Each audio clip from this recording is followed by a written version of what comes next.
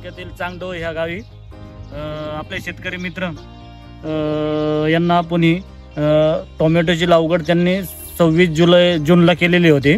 त्याच्यानंतर 28 जूनला आपण आपले ग्रेनिवा कंपनीचे सॉइल वर्धन सोईंग आणि ग्रोईंग हे आपण वापरण्यासाठी त्यांना दिले होते।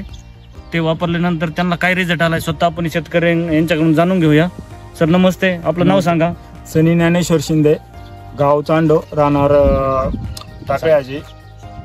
आपला बाग यांनी औषधं दिली होती त्यावेळेस बाग जरा म्हणजे एकदम याच्यामध्ये होता। 4 दिवसाची लागवड होती आपली।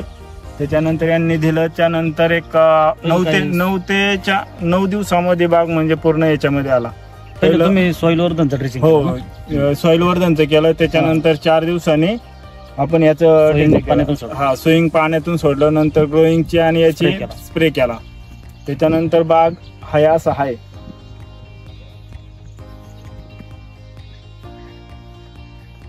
कसं काय वाटतंय तुम्हाला बाग? रिझल्ट कसा काय? नाही, रिझल्ट खतरनाक आहे, कारण की जैविकच म्हणजे सुरुवातच तुमच्या औषधापासून केली असं विषय। किती दिवसाचा बाग आहे आता? आज जवळजवळ 40-38 दिवसाचा झाला। तुम्ही समाधानी आहात? हो, बऱ्यापैकी।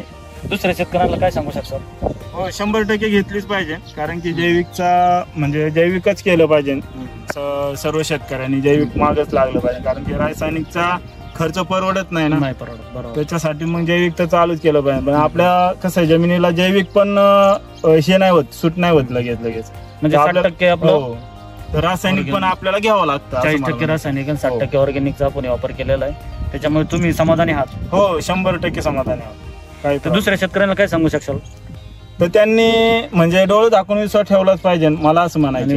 वापरलं पाहिजे आपल्या ग्रीनवा कंपनीचं 100% घेतलं पाहिजे शेतकऱ्यांनी। ठीक आहे, धन्यवाद सर।